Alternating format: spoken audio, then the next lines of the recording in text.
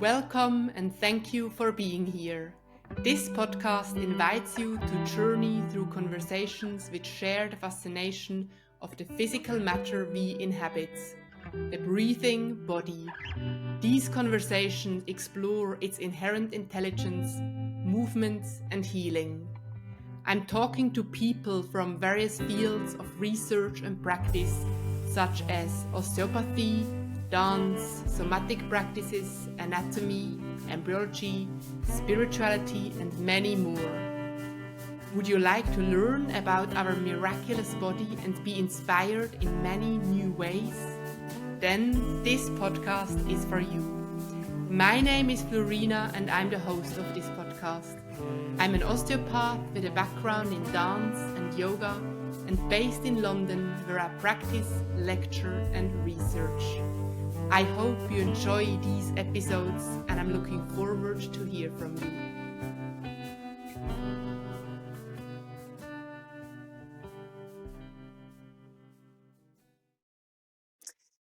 Welcome, Anita Johnston, on the podcast.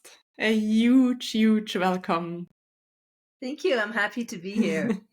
Yeah, I was thinking before, how do I feel? And I feel honored, happy, and most and foremost, just really grateful to share your work with my listeners today, which is all about healing through eating disorders. And that's a topic which is very close to myself and a topic which I want to share with the world and I feel must be shared. I have your book here. I thought I need to bring that into the screen.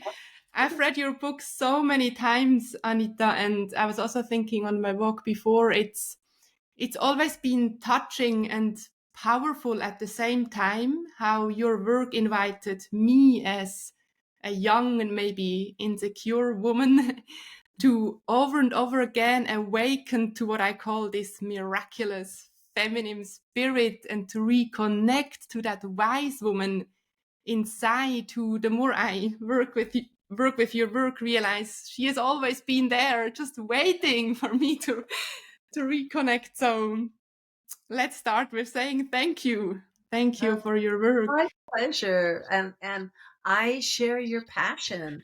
This is something that I want the whole world to know, that they have this wise woman inside of them that they can access. And interestingly enough, how sometimes the struggle with eating is a doorway to that. Yes. Yes, doorway, yes. How it's actually exactly how it buries or brings that doorway, which is a gift. And that's exactly the message I feel we need to share. And maybe you saying doorway before we dive into that, what I would love to start with, because I don't know that much about that myself. I would love to ask you, Anita, what were the insights, experiences, moments, what led you down that path of becoming an eating disorder specialist, or however you call it today? What were these key It's hard for me to tell, because in some ways, understanding the feminine has always been a calling for me from the time I was little, because I'm originally from Guam, which is a territory of the U.S., but it has its own unique culture. And the Chamorro culture, until it was outlawed, was matrilineal. So I sort of grew up in this world where there were remnants of that. I came from a multicultural household of strong women. And yet, I, like most people in the Western world, have been raised in a patriarchal culture that's been around for, I don't know, 7,000 years. It's been a long time. So that I often would see sort of like discrepancies between the Chamorro culture and then this modern Western culture that I was always curious about. So I would say it Mhm. began way back then. Mhm. Mhm. And so then I did my when I did my doctoral dissertation in psychology, I looked at ethnic identity of Chamorro women because I kept looking, what is this thing that I'm Mhm. sensing, that I'm feeling, but I'm not understanding. And so Mhm. as time came on, I came to understand as the feminine principle, which Mhm. really isn't a gender, even though women tend Mhm. to embody it. Uh, Mhm. and I got involved when I started working with eating disorders. I Mhm. started to see, oh, people that are struggling with eating disorders, they're really out of balance between the feminine Mhm. principle and the masculine principle that exists within all of us. And Mhm. because the imbalance is in the Western culture. So Mhm. that was sort of Mhm. the beginning of it for me. And Mhm. when I was working with these girls and women, I just started listening as carefully as I could Mhm. to the Mhm. stories they were telling me. And so it was sort of like step by step, I came to understand Mhm. the role that that played. Mhm. Wow. I think that is so wonderful to hear how actually, yeah, you learned it or you became an eating disorder specialist by being and listening to these women. It sounds it wasn't you didn't do a degree first in it, but you by listening Hey, and by listen, being. because there was nothing. You see, when I got Mhm. involved, I'm talking like Mhm. Mhm. 1982. This was a long time ago. Mhm. Very little research had been done. Mhm. There was very little treatment available, which is Mhm. why I started this program in Hawaii, which is now Ipono Mhm. Residential Treatment Center in Mhm. Maui. But way back then in the 80s, I was helping a student who was doing her doctoral dissertation on the incidence of eating disorders in Hawaii. Mhm. And every time we got together, we said, "Oh my gosh, there's so many people struggling. There should be a center for this." And Yes. after a while, after we said that multiple times, we looked at each other and we laughed and we said, Mhm. "Okay, Mhm. we have to start it because it's Mhm. not here." So I started getting involved with this and then plus being in Hawaii, Mhm. I felt somewhat isolated. So I thought, Mhm. okay, I have to figure this out. And that's when I thought, well, I'm going to listen as carefully Mhm. as I can to Mhm. these girls and women's stories to see if I can Mhm. see what's the common thread. Mhm. What is it? Because they had many different diverse backgrounds and different kinds of struggle Mhm. around eating. And so I kept looking for the common thread. And this is the one that I Mhm. found is that Wow. they were emotionally sensitive, highly intuitive individuals, which is a Mhm. hallmark of the Mhm. feminine principle, which is about Mhm. emotions and intuitions and instincts and Mhm. connections. It's very Mhm. relational, as opposed to Mhm. the masculine principle, which is logical, linear, goal achievement oriented. Mhm. And so that's where I just started to see Mhm. Mhm. what was going on from that perspective. Wow. Yeah, and that's how your book starts, right? You start your book by talking about the feminine principle, and you said before having an eating disorder is somehow of an imbalance between these two. And Right. would you mind to talk more about that? Because I remember so when I would one starts to read, and already just this first chapter is it's so eye-opening. It's as if, yeah, someone describes something which you said also what you feel or sense, but you can't quite maybe Mhm. make the link. I Mhm. would love to hear a bit more. What does that mean if that is in imbalance, or how does that, Mhm.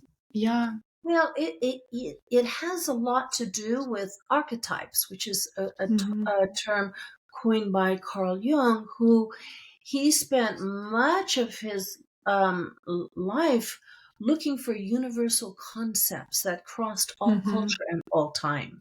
So he was curious about, are there aspects of the human psyche that are constant regardless of the day and age you live in and regardless of the culture you live in? For example, if you take the concept of mother, That's Mhm. an archetypal concept because if you could go back into the past, you'd find that concept. If you go into the future, you'd find that concept. And if you went to any culture on the planet, you'd find that concept. So Mhm. it's an archetype.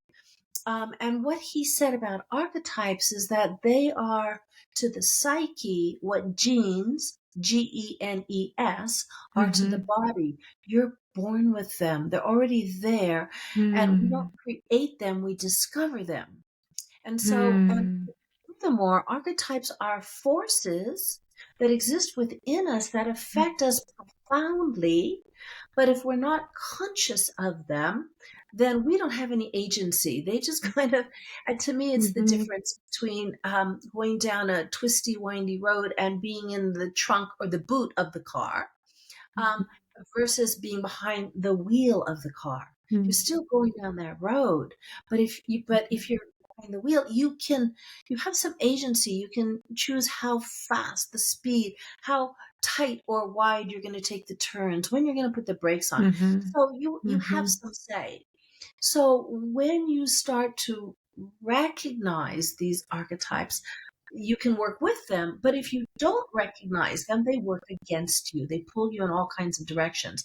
Mhm. So if you're on tilt, if you're out of balance, then that's going to affect so many aspects of your life, including eating. Because Mm. the feminine principle is also about appetites. It's instincts, your hunger and fullness signal, but it's also your emotions, your intuitions. Mhm. And if you live in a culture that doesn't value that, what are you going to do? Right? You're going to fight it as best you can. And so Mhm. then food and eating is almost like a weapon without accepting Mhm. and understanding how to work with these feelings. And if you happen to be very emotionally sensitive, which means you feel things deeply, what might be no big deal to someone else penetrates your very bones. But what if you live in a culture Mhm. that doesn't teach you how to deal with that emotional sensitivity because it's mostly interested in your thinking faculty and how much you can achieve and how smart you are, and Mhm. nobody cares, or in fact they might even dismiss or deny or disregard this feeling function, then how are you going to cope? So that's sort of how I see Mm. impact is when you don't Mm. understand it, when not only don't understand it, but you think there's something wrong with you, then you got to fix it. And so when you start feeling like there's something wrong with you and you're looking around to see what that problem might be, the first thing you're going to see is your body. And so you're going to think, Mhm. oh, there's something wrong with my body. I eat too much. It's not the right size, blah, blah, blah, blah, blah. And Mhm. so that's what Mhm. launches the disordered eating. Mm. I loved when you used the word discover. It's about discover these archetypes, and I really love the metaphor with the car. I sometimes also think that about the metaphor of a surfboard. And yes, there are waves up and down, and I will always be riding waves up and down. But suddenly I had to decide, and I stay on the surfboard or I keep my hands on the wheel. And it's such a game changer. There suddenly, yes, the waves may be even bigger, but if I'm staying on the surfboard, I'm riding these waves. And I think that, yeah, I'm riding these emotions and feelings, and the experience of them changes. Totally. They, Yeah. And that's where mm-hmm, perception to mm-hmm, understand that really is a game changer. And you mm-hmm. can go even further with that metaphor because, we always fall off the surfboard. But Yeah. if you understand that with the ocean, the waves are on the surface. You go a little Mm-hmm, deeper, it's always, mm-hmm, always calm. mm-hmm, So, that using mm-hmm, those metaphors, and that's what I love to do, mm-hmm, is help mm-hmm. people understand how to look at the struggle differently by using story Mhm. and metaphor. Because Mhm. then you're essentially using a different part of your brain Mm. to understand the situation, and as a result, the way out of the struggle reveals itself to you. Mm. Say more about that, because it so works, the stories and metaphors, but I actually wasn't quite aware that, of course, if you tell me a story, then it's a different, you said a different part of my brain. What happens there with the story or the metaphor? So, I didn't know this when I first started Mm-hmm. working with stories and metaphors. All I knew is that when I was doing that, I could see what I called the lights going off in someone's eye when they would get it. Mm-hmm. Now Mm-hmm. I know, because we've done the research, where they now have the technology, that actually Mm-hmm. when you get a metaphor, and a metaphor is something when you use one thing to describe another that's really difficult to understand, right? It's not Mm-hmm. just poets Mm-hmm. that use metaphor. That's how we make sense of things. And it Mm-hmm. actually, what happens is it uses the right hemisphere of your brain. Most of the time, we're in our left hemisphere. That's the logical, linear Mm-hmm. goal. It's like we're Yeah. usually there. So, but using metaphor helps the brain find unexpected connections between things that Mm. appear to be unrelated. So if you're trying to find your way out of the struggle with eating, the solution, if it's not in food, so where is it? Right? So that when you Mhm. use metaphor, what happens is there's a part of your brain right above your right ear. It's called the Mhm. anterior superior temporal gyrus.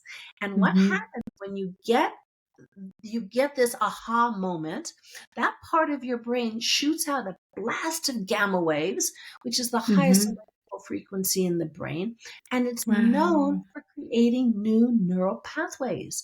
So your Mm. brain literally changes. So Mhm. that to me is Wow. what makes the work really fun and Mhm. exciting, is that, okay, Mhm.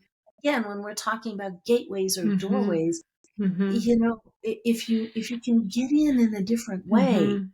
and Mhm. access different parts of your brain to understand things, Mhm. then everything can change. Wow. Yeah, and when I hear you talking, what I also really find so wonderful about these stories and metaphors, it's such a gentle and soft invitation to heal and meet any eating disorder. It's not an approach, and this is the list, and this is again, do, which is very masculine. But suddenly a woman is invited to actually almost surrender, yield, melt, drop into a story, just trusting that this, I mean, a story, what is a story? They are miraculous. There is magic within stories, and it's an invitation to trust something very inherent and deep, and that she will heal without doing the healing. There is something about that which touches me. Yeah, because Mhm. there's a beauty in it, in that we are story creatures. We Mhm. um we learn through story, and we have Mm. for eons and eons. So you're right in that we recognize it. We recognize, Mhm. how to follow a story. And when you become more story literate, then you can start to Mhm. see your life as a story. It's not anything static, it's a Mhm. journey. And so, but Mhm. you can be the navigational guide. And so the things that you might Mm. consider to have been a detriment, like those difficult emotions, they're part of your inner guidance system. And so what happens is that then your recovery becomes your recovery, because you're using your Mhm. particular guidance, but you're using the story as a bit of a map, as a bit of a framework, to take you where you need to go. And I like to use the old stories, like the old fairy tales, because they're ancient. Like, they've done studies that a story like Beauty and the Beast is Mhm. 6,000 years old. Mhm. 6,000. I mean, that's so old. I can't even think of it. Wow. And Mhm. why do we pay attention today, right? If it's that old, Mhm. and because there's neural maps in our brain that respond to them. Mhm. And so it's this deep, deep, deep inner knowing. And the thing about stories is that um, there is it appears to be magical, right? It feels magical, but it's not really magic. It's just tapping into what we've known Mhm. already for eons. And these old stories, like for example Grimm's fairy tales, um, Mhm. they didn't write those stories. The brother Grimms were two young men. They were young. I think they were in their 20s. And they traveled around mostly Germany, collecting the stories that were being told and carried down by the women, passed down generation after generation after generation orally. And often the women in the olden times, they were gathered around a loom weaving, or they were Mhm. a spinning wheel. And that's why we talk about spinning a tale or weaving a Mhm. story. It's Mhm. like that's how old it is. It's in our bones. Mhm. Yeah, and if it is in our bones, or if we said we are story creatures, I love that expression. And so therefore it must bring us back to our roots. And if I think of healing, then I immediately think of it has to do with coming back home, right? Yes. um Home mhm, to your essential self. You're exactly mhm, right. That is what healing is. It isn't becoming who you think you're supposed to be or looking like you think you're supposed to look. mhm, It's really this deep connection to your authentic self that will sustain you mhm, and mhm, protect you as you go on this journey through life. mhm, And we all mhm, get separated from it. That's I don't know mhm, why, but that's part of the deal. mhm, Where mhm, we get conditioned mhm, to be the way our families and our culture tells us we mhm, ought to be. And again, if the culture's out of balance, then you're going to get out of balance. And so mhm, rectifying that balance is a way of finding your mhm, way back home mhm. to your true self. Yes, yes, absolutely. It's more about remembering, right? Mhm. Remembering who I've actually always been. And on that breath, I also, I want to really send an encouraging messages, maybe also to listeners who are struggling with an eating disorder. I feel, or I know it can be such a huge suffering, right? But actually we go back to in the beginning, you said a doorway, a gift in a soft way. Actually, it's a fast track invitation to remember who you are and to then shine your light. Yeah, because you'll start to see that whatever behaviors you're engaged in Mhm. that are Mhm. disordered eating, they're really Mhm. signals letting you know when you're veering away from the path Mhm. towards your authentic self. So how good is that? Mhm. Because we're saying, well, how do I know who I am? Mhm. Well, the disordered eating is going to tell you who you are not, by Mm. engage in behaviors that are Mhm. not in alignment with your essential self. So in a way, if you can look at it as it's just having a bit of a signal, it's like, oh, Mhm. okay, what was going on there? Well, I was acting like I Mhm. was happy when I was really sad. Or I was acting like something was no big deal when it really Mhm. meant something deeply to me. Or so whenever Mhm. your external behavior is out of alignment with your deeper Mhm. self, that's when you're going to engage in behaviors. Mhm. Mhm. Yeah, maybe I would love to talk exactly about that moment a bit more. So what happens in that? Yeah, we noticed then a certain eating behavior, and you just said Mhm. that's A exactly the signal. moment where we can get a signal exactly. And what might be? Am I right to think that it's exactly in that moment? It's actually also where we probably can create and engage more with that feminine spirit, which got out of balance. And how do women do that, or how do we do that in that moment? What is the question we might ask her? Yeah, it's a window of opportunity. And the A window question, of best opportunity. question to ask is, what Mm-hmm. is the feeling I'm trying not to feel? Mm. We don't eat for emotional reasons. We eat because we don't want to Mm. feel our emotions, or we don't restrict for emotional reasons. We restrict because we don't Mm-hmm. want to, we want to restrict our emotion, right? Which Mm-hmm. is part of the feminine principle. So what is required is to explore it with curiosity, not judgment. Because the judgment Mhm. is there. That's why you're trying to stop the emotion in the first place. Mhm. I can't handle it. There's something wrong with me. I'm overreacting. I'm too Mhm. emotional. Blah, blah, blah, blah, blah. So if you said, Mhm. oh, I wonder, could there possibly be a feeling right now, in this moment, Mhm. where I'm having the urge to restrict or binge and purge right now? Mhm. What possibly could be an emotion that I'm trying not to feel? Wow. Yeah. They just started working in our garden outside, but I'm apologize any listeners, but I'm hopeful that my wonderful mix engineer is gonna improve this place. Wow. That's how it is Yes. with our Mhm. minds. This Mhm. noise comes in, right? Mhm. Mhm. Don't know. You were able in this moment to say, Mhm. "What is that noise?" You did. Mhm.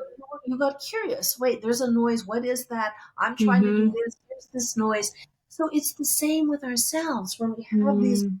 urges that aren't in alignment. And of course, it requires some understanding of your body, learning your physical hunger and satiety Mhm. signals. That is a skill because that's how you're going to Mhm. know, oh, I'm wanting to eat and I'm not hungry, or I'm not letting Mhm. myself eat and I am. And then you get Mhm. curious. Oh, I wonder why. I wonder what Mhm. that could be. I wonder Mhm. what's the feeling I'm trying not to feel. So the Mm. curiosity is your friend here. Mm. It's so wonderful, and it becomes so, yeah, it's it's a reminder for myself and for all of us just how it's so much less about just trying to fix it, but actually I hear there is lots of curiosity, there is a dialogue, there is a dance, there is a, Mhm. yeah, that dialogue. Because Mm. dialogue is Mhm. connection, right? That's the Mhm. feminine Mhm. principle again. It's about Mhm. relation. Now, here's the Mhm. coolest thing. This is the part I Mhm. love. People say, "Well, how you've been doing this for over 35 years? How do you keep doing this?" Because Mhm. there's the thrill of discovery that excites me, and when you understand Mhm. that the very foods you struggle with hold the Mhm. keys to this deeper understanding. So trying to diet Mm. mentality is, oh, I can't eat that food. I got to get rid of this food. I got to stop that. Mhm. And it's almost like, wait, the clues are hidden in that and you want to throw it away. Mhm. What if you could just look at the Mm. food using the lens of metaphor? You would find Wow. out Mhm. exactly what the real issues are. So, or the Mhm. patterns of the food. So, for example, if somebody is Mm. restricting their food, that is not Mm. the only thing they're restricting in their life. They're restricting their Mhm. emotions, they're restricting new Mhm. experiences, they're Mhm. restricting their sexuality, they're restricting Mhm. intimacy. So, there's this theme of Mm. restriction. Why? Because there are areas in their life where there's too much. So they restrict. Mm. And of course, the food restriction gets our attention because it can be life Mhm. threatening. But if you can zoom out and find the Mm. pattern, you can start to see where is there too much in your life. And then you can discover the skill Mhm. set you need, which is the Mm. capacity to create boundaries, for example. So Wow. if Yeah. somebody is binge eating, Mhm. um, Mhm. it's not just food that's not enough. There's not enough Mhm. money, there's not enough time, there's not enough Mhm. love or appreciation or acceptance. The never enoughness is the theme, and you can start to look and see where in someone's life there's not enough of what they need, and then what are the skills Mhm. you need to get that. Mhm. And if someone is binging and purging, Mm. what happens is you see a pattern. They're not just doing this with food, but in Mhm. the rest of their life, they're taking in or taking on too much too quickly, getting overwhelmed, and then got to get rid of it all. So maybe they'll meet someone, fall madly in love, and as soon as there's a conflict, they end the relationship. Or maybe they might sign up for Mm. a whole bunch of classes at school and then Mhm. get overwhelmed and drop out totally. Or take on a whole bunch of projects, too many too quickly, and then get overwhelmed and not Mhm. do any of them. So you see this pattern. So the food will reveal it to you, and then the specific foods you struggle with, Mm. coated. They're coated with information. Mm. So it's really a matter of learning how to crack Mm. the code, essentially, because the foods are Mm. talking to you, but they're talking to you in the Mm. language of metaphor. So if you can understand that, and I can share a brief way of um, anyone Yes, who's listening. please share with us. Okay. And Mm. no one has to write this down, right? If you Mm-hmm. this is something that intrigues you and you want to learn more, there's a link that I'm going to give you, and you can put this in the show Yeah, notes. I'll put that all into the Where show there's notes. a PDF that will have this Mm-hmm. information, a free Mm. PDF, and it's lightofthemooncafe.com / TBB, right? Mm. For this podcast. Mm-hmm. TBB. Wonderful. So here's the code. And mind you, this is just to get started. We're all different, Mm-hmm. but it Mm-hmm. helps to start thinking metaphorically. So, sweet foods. Let's say the struggle is with sweet foods. Usually that has to do with either feeling like there's not enough sweetness in your life or you're not sweet enough. So think of the way we use sweet. We might say, "Oh, she's such a sweetheart." Or, "Whoa, that's sweet."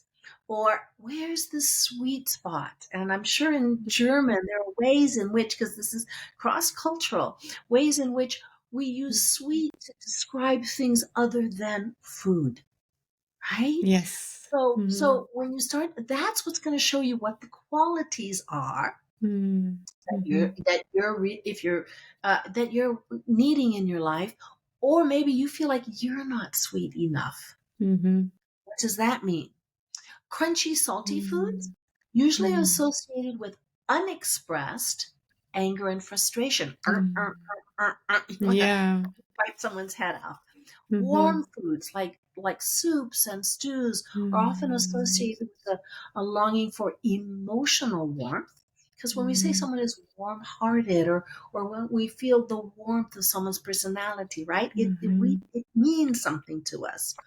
Spicy foods, and this has to do, by the way, either a fear of these foods or a craving for these foods. Spicy foods have to do with a desire for or fear of excitement, stimulation, and change. Just think of the spice of life, Mm. right? Yeah, absolutely. Um, Mm. and chocolate, we know this Yeah. from Valentine's Day, right? Mm-hmm. Um, love, romance, sensuality, Mm. sexuality. So you can Mm-hmm. start to look at the very Mm-hmm. foods you struggle with through the lens of Mm-hmm. metaphor, and you're going to Wow. find some surprising information. Mm-hmm. Wow, it's so encourage it's I just find that so encouraging, Anita, because we meet food, there is food all the time around us, and exactly it can become that that most difficult thing. But if we can exactly engage with that process you shared just now, then actually from the morning we wake up to the evening, life just offers us these little pearls of insight. And I personally feel if we manage to engage with it in a kind of soft and also a little playful way, very curious, like yeah, in a soft way, then it's playful. That is important, right? Yeah. Yeah. So I talk about following the breadcrumbs, right? Because in the Hansel and Gretel Mm. fairy tale, right, Yeah. we followed the breadcrumbs. Mm-hmm. So we're following the breadcrumbs, but not literally. We're following Mm-hmm. them metaphorically, symbolically. And Mm-hmm. it's take you to the answers that reside inside of each and Mm-hmm. every one of us. I don't have the answers for somebody Mm-hmm. else who's struggling with eating, but I can tell them how to find the answers within themselves. And that's what I Mm. do. I mean, that for me is the joy of my work. Yes, I love that you said you help to find them the answer in themselves, because it's so individual. There is not one eating disorder, right? It's and every eating disorder has its story and therefore its healing journey. And it doesn't always work to just follow a protocol. And Right. A that's recipe is yeah, not going to yeah, work, which is why diets don't work. yeah. And dieting takes you farther away from connection to your authentic self. And so that's why you can do it for a while and you'll hang on for a while, but sooner or later, your true self is going to emerge. And they say, hell hath no fury like the feminine scorn, right? So that's why people say, oh, I sabotaged my diet. It's like, well, a part of you did. But the part of you that did is really trying to get your attention to Yes. connect with Yes. that aspect Mm-hmm. rather than Mm-hmm. dismiss, deny, degrade, and Mm-hmm. so on. Mm-hmm. Wow.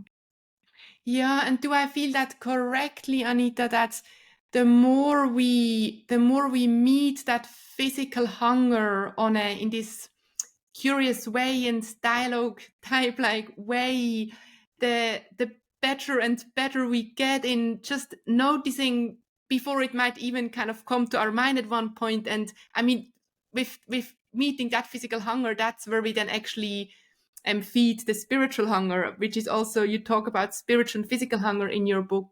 And we might still take a bit of chocolate, but we don't need to binge it because we filled our spiritual hunger in such an abundance that we can just enjoy. So, um, so mm-hmm, the key is consciousness, really. And again, when mm-hmm, you become mm-hmm, conscious, and mm-hmm, for example, I had a mm-hmm, client, and I talk about this woman in my book. When she struggled with her eating disorder and was able to find some underlying issues connected to her relationship with her mother. And one of the things she struggled with was cookies. And then as she unveiled what was going on, she had a difficult relationship with her mother. But some of the positive times they had is when they would bake cookies together. And so as she started to really come to understand this and understand that what she was wanting was mothering energy, and that's a very different thing. Mothering energy mm-hmm. is archetypal, nurture, comfort, and soothing. And unfortunately, we think we can only get it from our mothers because that's what our culture teaches us. Yeah, Yet, yeah. yet mothering energy, nurture, comfort, soothing comes from all kinds of places, not just either our biological mother or food, because food, that's what we say, Mm-hmm, food. But you can get mothering from your husband. You can get mothering from your mm-hmm, neighbor. You can get mothering from Mother Nature. We say Mother Nature. We mm-hmm. don't say Father Yes. Nature. Why is that? Because at a deep level, Mm-hmm, we understand it soothes and comforts us. So, anyhow, as she got to understand this, and eventually her mother passed away, but every anniversary of her mother's death, she goes into the kitchen and she bakes cookies. Now, she doesn't eat all the cookies. She doesn't binge on the cookies because she is consciously and deliberately saying, okay, mom, this one's for you. This one is for that. There weren't many, but for the special connections that we did have. And so as a result, she's accessing mothering energy. So, and which we confuse oftentimes with food because we confuse the symbolic for the concrete. So, for example, in America, we say, well, if you have 1,000 American flags, are you more free? Of course not, because mm-hmm, it's only a symbol of freedom for us. It's not freedom itself. And so that's what happens with food is we confuse the symbol of food for the nurture, the comfort, the mm-hmm. soothing that we're desiring. But we don't we're not looking at through that metaphoric lens, so we don't Mm-hmm. recognize that's what we really want. I really appreciate that you used the word you said, mothering energy. Yes. And that again makes me think about feminine spirit. I think that's the Yes. two words I just love the most from your book. And Mhm. spirit is also energy. Um, yeah, It's wouldn't not you? physical. You Yeah, can't hold it in your hand, no. but you can feel Mm-hmm. it, right? It's like you Mm-hmm. can't hold Mm-hmm. love in your hand, but you can Mm-hmm. feel it. So it's real. Mm-hmm. But the problem is we Mm-hmm. concretize. We reach for the physical concrete object of Mm-hmm. what it is we're really wanting, or we might reject the Mm-hmm. physical concrete object of something that feels like smothering or too much. And Mhm. so, unfortunately, again, because of the patriarchal culture, a lot of the Mhm. blame has been placed on women and mothers, when Mhm. really, if there's a lack of the energy, it's simply because we haven't been taught how to perceive it and how to Mhm. access it. Mhm. Yes. Yes, absolutely. And that's the message we need to share with the world. Yeah. So Anita, I sometimes see or look at an eating disorder almost as if the eating disorder is the buried woman who very desperately tries to break through these masculine walls and tries to shake you and say, hey, actually, I want to be expressed in your life. Yeah. She Is that a wants metaphor I can your use? she's trying Mhm. to get your attention. And if the only thing Mhm. that works is food, well, then here it is, because it gets your Mhm. attention. Mhm. And so one of the really cool things that I love to do, and I do this at the Light of the Moon Cafe, which is why Mhm. I keep doing this, is teaching people how to bring their own inner feminine and masculine into balance inside of themselves. And again, Mhm. I want to remind the listeners, we're not talking about gender. This is a No. duality that Mhm. goes beyond Mhm. the gender binary. Mhm. They exist within us, whether we're male, female, trans, whatever. So Mhm. that the way we learn how to maneuver in this world that's out of balance is to get in balance within ourselves. And so, Mhm. yeah, when you can learn to do that and treat your heart as important as your Mhm. mind, your Mhm. feelings as important as your intellect, your body as important as your brain, not equally as important, but definitely not less Mhm. important, then Mhm. things shift profoundly, not just with Mhm. food and eating. Mhm. No, in the whole life. And that's Mm, also what is so wonderful in your book, right? There is a chapter about power and relationship, and mhm, because it's not just about foods. mhm, I just had a question or something which came there. Yeah, and I guess what is the first step of learning to balance that? What we already talked about. Of course, it's helpful if you know a little bit what does masculine and feminine mean, what might be a more masculine or feminine archetype response to something, and then just becoming, you said it before, becoming more conscious, listen to and get into that inquiry with what is the metaphor behind the food, or what is the feeling I'm not mhm. allowing myself to feel right now. Yeah, it's an inner listening. And And which inner is hard these listening. days, right? Because we're Mhm. bombarded with so many Mhm. messages from the outside, whether it's from the Mhm. media or from our families or from our Mhm. friends or from our partners. I mean, we're Mhm. always being told you cannot pick up a magazine without being told what you're supposed to look Mhm. like and how you're supposed to feel and what you're supposed to think, right? We're Mhm. so inundated. But really, this is an Mhm. inner listening, because that's the only way you're going to connect with your Mhm. authentic self. That is Mhm. who you really are. And like I said before, we're Mhm. conditioned to Mhm. disregard that. And so if you can think about, um, we're all born, we're mammals, right? And as mammals, we're born with a very powerful drive for connection and attachment and relationship, because we're not lizards, we're not turtles, we don't hatch out of an egg and just go on our way. No, we have Mhm. to be cared for. So that's why we have this really strong drive for attachment, connection, Mhm. relationship. Mhm. um, but what happens is, because we're human mammals, we're also born with another equally powerful drive, and that's the drive for Mhm. authenticity, to become who we're Mhm. meant to be, to find our unique destiny Mhm. in life. However, this is for all of us, throughout our childhood, these two drives come into conflict: the drive for Mhm. attachment and connection, the drive Mhm. for authenticity. And guess which one wins? It's got to be attachment. We have to survive. Mhm. So what this looks like Mhm. is, little kid Mhm. wants cookie. Mommy says, no, you can't have a cookie Mm. because we're having dinner in an hour. And little kid goes, I Mhm. want a cookie. Cookie. Yeah. Mommy says, if you don't cut that out right now, you're not getting any cookies at all. So little kid goes, okay, I don't want a cookie. Now, Mm. what little kid is doing is trying to be how they perceive mommy wants them to be, because that's the only way they're going to get their needs met. Now, mind you, Yes. some people have to do this a Mm. lot. Some people have very difficult Mhm. childhoods where their survival depends on being who their caregivers want them to be, or at least acting in that way. Mhm. Now, the problem with that is you disconnect with your authentic self.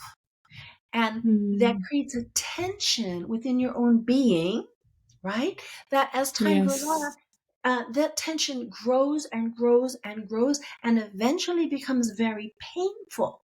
And you will do anything to try to numb or alleviate that pain. And for some Mhm. people, that means eating behaviors. So the task then, the recovery task becomes, how can you be your true self, your authentic self, and Mhm. participate in relationships at the same time? Because when Mhm. you Mhm. abandon your authentic self, it becomes painful Mhm. and becomes Mhm. stressful. And so that's Yes. really what the recovery journey is about. Because you could say, okay, I can be myself and be all by myself. Mhm. And that is part of the Mhm. job of the eating disorder, is it isolates you. Or I Yes. can be in this relationship, but I have to leave who I really am at the doorstep of the relationship. Mhm. I can't Mhm. fully be myself. Well, that creates the Mhm. tension. So the Mhm. task is, all right, how can I be myself and be in And be in relationship at relation. the same time? And there are skills that a person needs in order Mhm. to do that. Mhm. Yeah, that is the challenge. And I think that's also the step which requires a lot of courage. It requires courage to enter a relationship whilst actually staying. And one might realize, wow, actually there are some relationships where it doesn't work if I'm at the same time my true authentic self. So, mm-hmm, But if you're going to create an authentic life, I mean, mm-hmm, ultimately, that's how you mm-hmm, start to find out who are the people it is safe absolutely. for me to be close Mm-hmm, to, and who are the people that I need to mm-hmm, kind of keep a little bit of distance. I might not have to end the mm-hmm, relationship totally, but I'm not going to share mm-hmm, my deepest, darkest secrets with them. mm-hmm, And mm-hmm, so, it mm-hmm, depends. That learning how to be assertive mm-hmm. to me is the most essential recovery skill. And that's the ability Yes. to identify, accept, and express your feelings in a way that honors your Mm-hmm, experience, but also honors the experience of the other, so that you learn mm-hmm, how to communicate the truth kindly, mm-hmm, but mm-hmm, courageously. And there are skills. mm-hmm, I mean, that's what assertive mm-hmm, communication is. That's mm-hmm, another of my mm-hmm, favorite things to do. I have mm-hmm, online classes for mm-hmm. teaching people how to do Yeah, this, because it's so absolutely. There we need support as as yeah. yeah. Yeah, one needs So that's support. what I love to do. I love to teach people how to Mm. code so that they can get to Mhm. their truth, and then assertiveness, which Mhm. is how to express that truth in a way that you can feel safe, Mhm. in a way in which you can be kind. Mm. Wow. Yeah, and then now I see this or hear, read these words in my heart, which you write in your book also about that's then I think how one go through life singing that you call it to sing the sweetest song. And I as a dancer, when I started to express that sweetest song, I would ask myself, so how would my body want to dance to that song? And then it's becoming such an embodied experience because yeah, we are wholeness, right? Every cell wants to be part of that song. And that's where it then gets Yeah. suddenly where I want to encourage also women. Yeah, suddenly you look back and you think, wow, that's crazy, but that's been the greatest gift which could have happened to me Mm. if we dare to engage in it. Yeah, and then you because then you see, okay, what matters to you, and you start to bring Mm-hmm. that into your life. Mm-hmm. So I'm with you. I love dancing. Mm-hmm. And that's part of Mm-hmm. the feminine. So people say, well, we live in a Mm-hmm. world that you gotta, well, yeah, I gotta work. I gotta Mm-hmm. make money. There's stuff that I need Mm-hmm. to do that's very, like, driven and intellectual. But in the mornings, I dance before I begin my day. Mm. So there's balance there. Mm-hmm. Mm. Yes, absolutely. And we can start to fill our daily lives with these things which I also say the things which actually keep us or make us feel alive. And I feel that's the world needs people who are alive. So the Because, question is also, no, yeah, because say, because they're feeding their soul. yes, yes, yes, yeah. Wow. We arrived back. We made it. Feels like we made a circle. um, and we started when we talk about discovering the archetypes, and now ending with, in the end, yes, all of these steps which you encourage women to go. It's because they feed the soul, and we are spirit and soul and mind and body, and that's the ultimate window or room we have to open and dare to engage with. Thank you so much, Anita, for sharing your experience and wisdom. And I will put all the links into the show notes. And I just want to encourage people, even if maybe some listeners listen and feel in despair or don't know where to start, I want to encourage women to go follow these links. And sometimes we don't know yet how, but it's just about saying yes for the process. Knowing Yeah, that there are people like you holding the space. yeah. You're not alone. Recovery is totally, completely possible. I've been doing Mm-hmm. this for close to 40 years. I know thousands and thousands of women Mm. who have done it, right? And Yes. then lived a life, created a life Mm. beyond their wildest dreams. And it doesn't happen overnight, but it Mm. does happen taking the first step. And that's how you Mm-hmm. begin. So I thank you for the work you're doing to pay it Mm. forward and letting people know that total, full, complete Yes. recovery is absolutely possible. I don't care Yes. how long you've Yes. struggled. I don't care how severe. It's absolutely Mm. possible. Yes. Yes. And that's a wonderful sentence to end with. You said, creating a life beyond your wildest dreams. And I just want to say, yes. Yes, we all deserve that. Absolutely. Beyond our wildest dreams.